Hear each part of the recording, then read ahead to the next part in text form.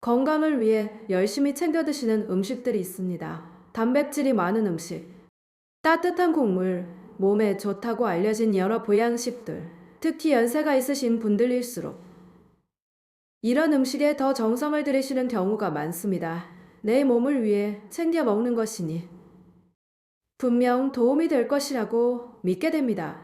많은 분들이 이런 음식을 드시면서 이건 건강에 도움이 될 거야. 몸을 더 좋게 만들어줄 거야. 기운을 보충해줄 거야. 이렇게 생각하십니다. 이런 마음은 너무나 자연스럽습니다. 건강을 지키고 싶어서 하는 선택이기 때문입니다. 그런데 여기서 한 가지 질문을 드리고 싶습니다. 혹시 그런 음식을 드신 이후에 소변에 거품이 더 자주 보인 적은 없으신가요? 혹은 예전보다 거품이 더 눈에 들어오기 시작한 적은 없으신가요? 이 질문은 처음 들으면 조금 낯설게 느껴질 수 있습니다. 왜냐하면 우리는 보통 좋은 음식은 무조건 좋은 결과로 이어진다고 생각하기 때문입니다. 몸에 좋다고 알려진 음식이라면 많이 먹을수록 더 좋을 것이라고 자연스럽게 받아들이게 됩니다.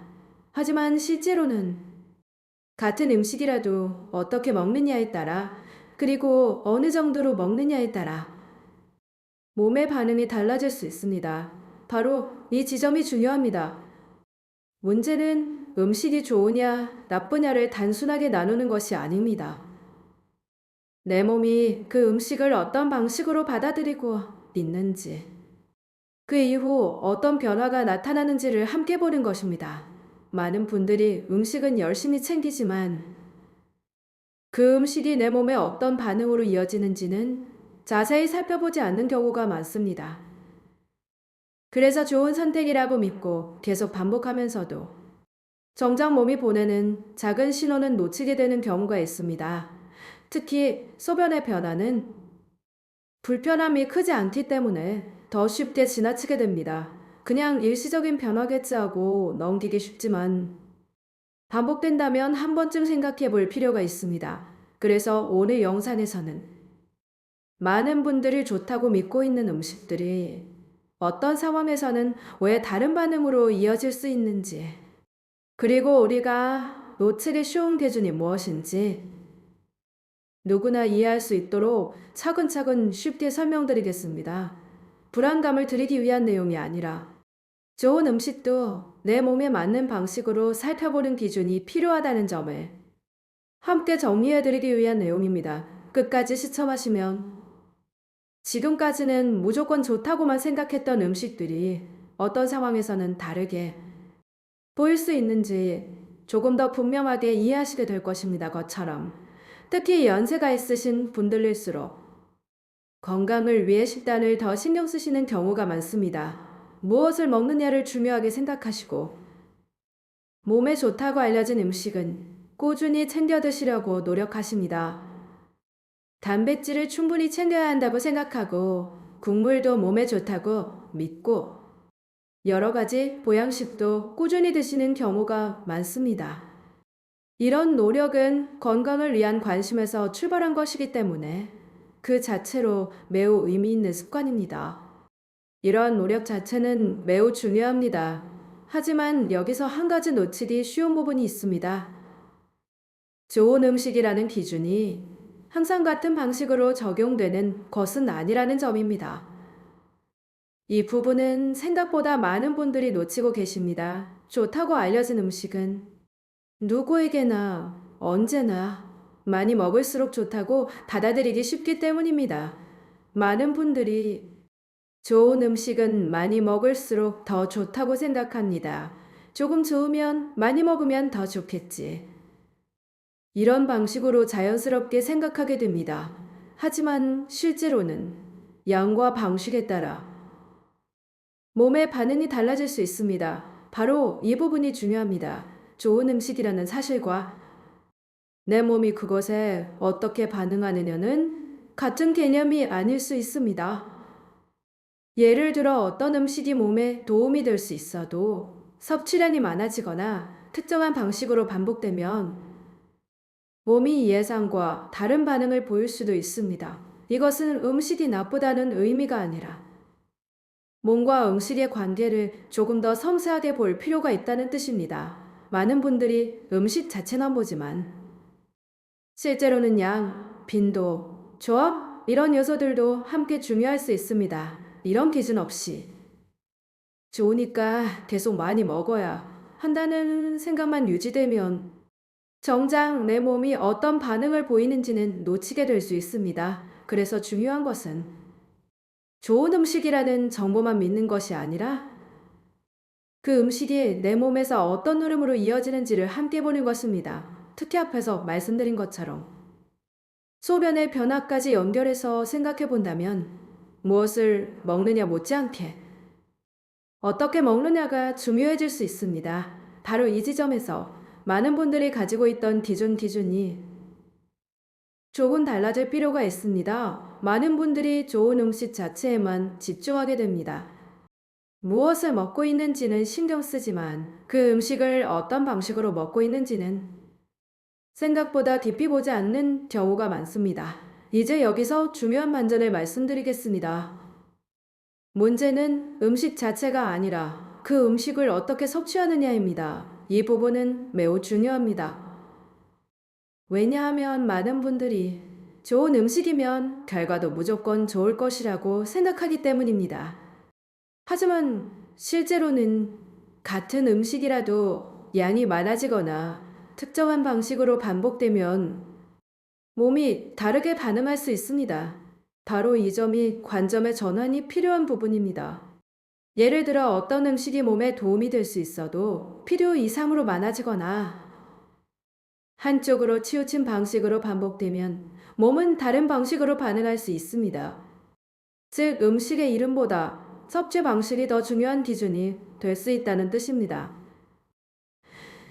이렇게 보면 좋은 음식이라는 정보 하나만으로는 충분한 판단 기준이 되기 어렵다는 점도 이해할 수 있습니다. 우리는 보통 무엇을 먹느냐를 먼저 묻지만 사실은 어떻게 먹느냐도 함께 봐야 합니다. 이 질문 하나가 기준을 완전히 바꿔줄 수 있습니다. 그리고 바로 이 지점에서 소변의 변화와 식습관의 연결을 생각해 볼 수 있습니다. 일부 경우에는 식습관이 소변의 변화로 이어질 수도 있습니다. 이 말은 음식을 두려워하자는 뜻이 아닙니다. 음식이 문제라는 의미도 아닙니다. 핵심은 몸의 반응을 함께 보자는 것입니다. 좋다고 믿고 있는 음식도 내 몸에서 어떤 반응으로 이어지는지를 관찰해 보는 기준이 필요하다는 뜻입니다. 이 점을 이해하는 것이 매우 중요합니다. 이 관점을 이해하게 되면 지금까지는 단순히 좋은 음식으로만 보였던 것이 이제는 양과 방식, 반응까지 함께 보는 기준으로 확장됩니다. 이 변화가 중요한 이유는 바로 여기서부터 몸의 신호를 더 섬세하게 이해할 수 있기 때문입니다. 이제 다음으로는 이러한 차이가 실제로 어떤 음식 패턴에서 나타날 수 있는지 조금 더 구체적으로 살펴보겠습니다. 대표적으로 생각해 볼 수 있는 3가지 음식 패턴이 있습니다. 첫 번째는 단백질 섭취가 많은 경우입니다. 단백질은 건강을 위해 중요한 영양 요소로 알려져 있고 특히 연세가 있으신 분들 중에는 기력을 위해 더 신경 써서 챙기시는 경우도 많습니다. 이 자체는 좋은 선택이 될 수 있습니다. 하지만 여기서 중요한 것은 양과 반복입니다. 좋은 음식이라도 과하게 반복되면 몸의 균형에 영향을 줄 수 있습니다. 즉, 중요한 것은 단백질이 좋으냐 나쁘냐가 아니라 어느 정도로 어떤 방식으로 이어지고 있는지를 함께 보는 것입니다. 두 번째는 짠 음식입니다. 국물이나 반찬에서 자연스럽게 섭취되는 경우가 많고 특히 식습관상 자주 접하게 되는 경우도 있습니다.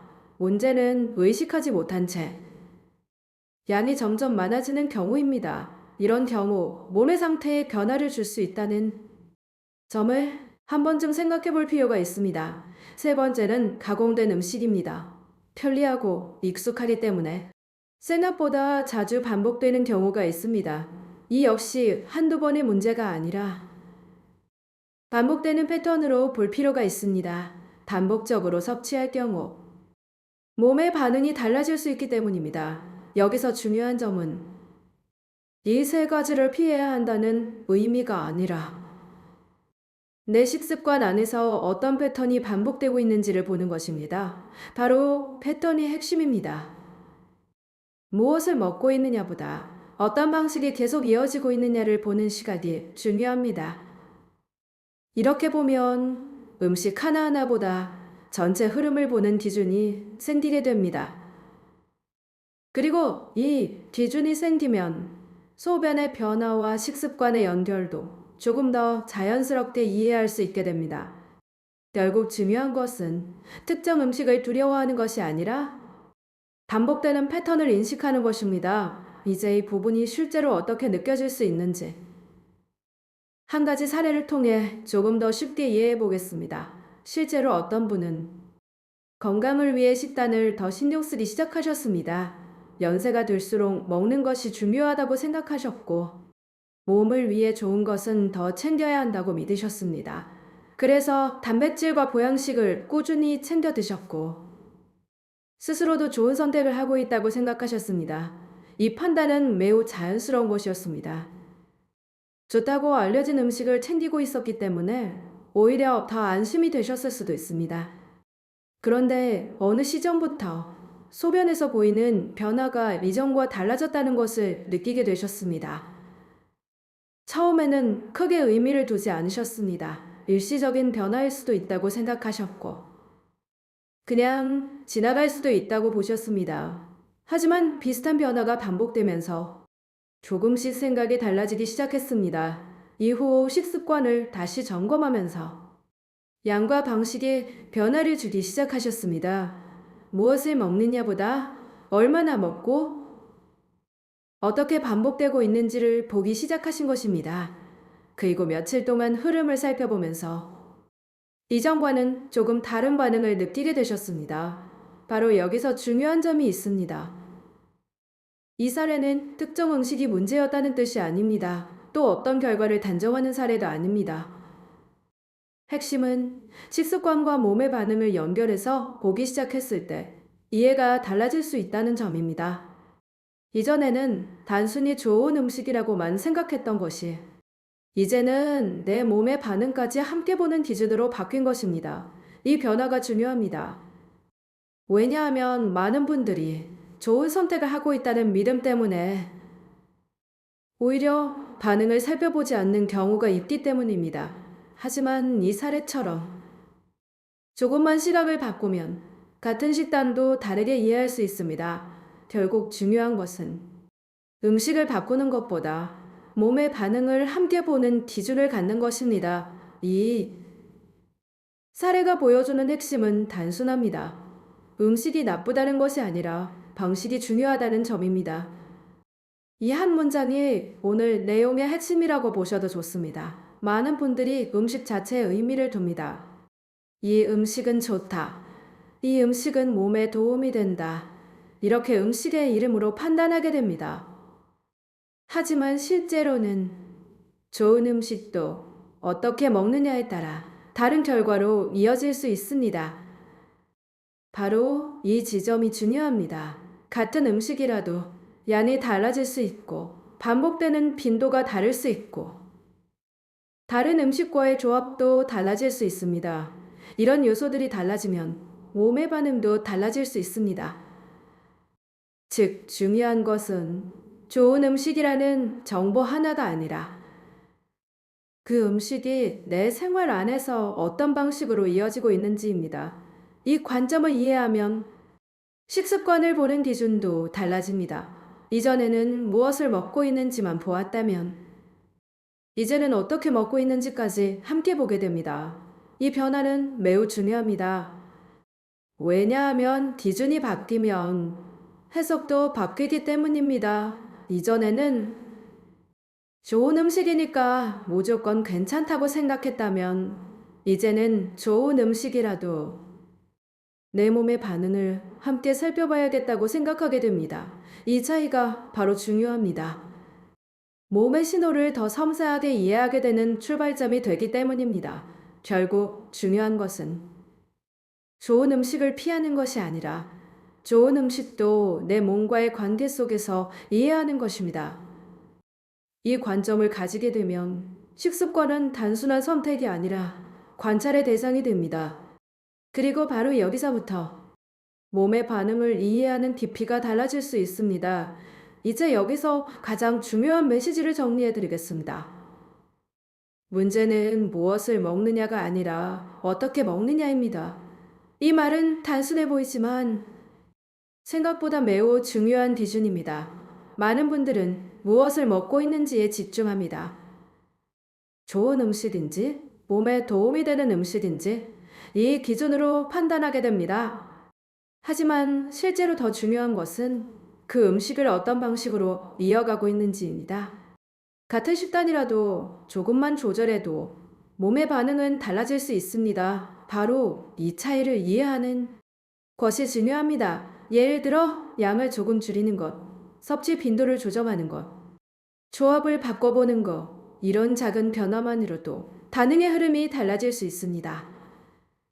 이 말은 거창한 변화를 하자는 뜻이 아닙니다. 오히려 큰 변화보다 작은 조절이 중요하다는 뜻에 가깝습니다.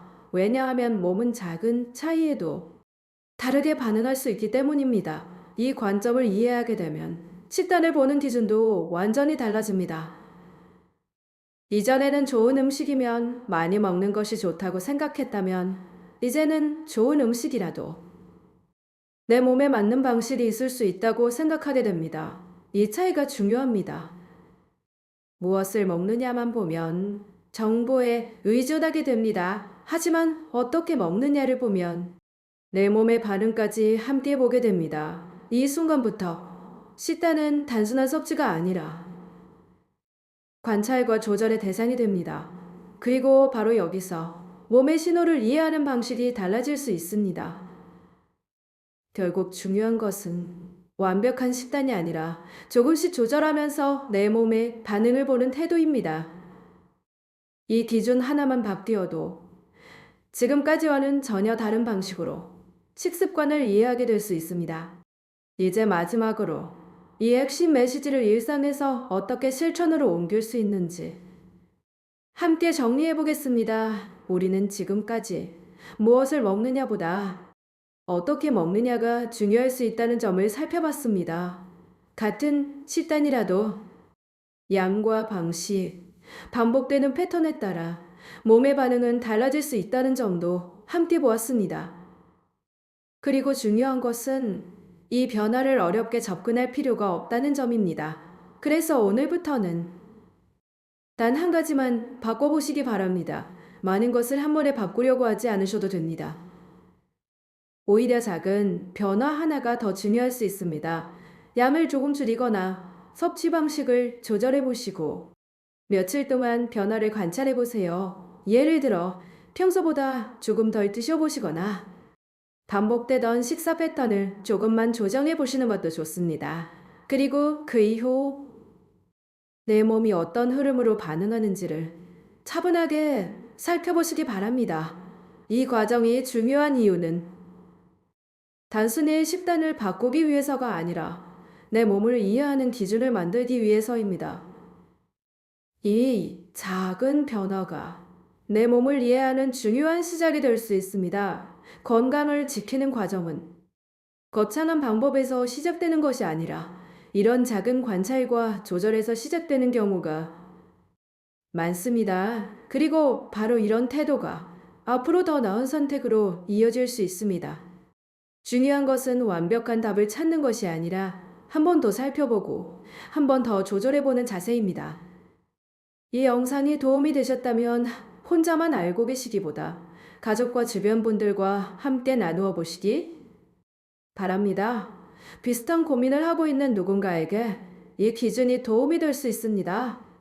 여러분의 작은 관심과 작은 실천이 앞으로의 건강한 선택을 만드는 시작이 되기를 바랍니다.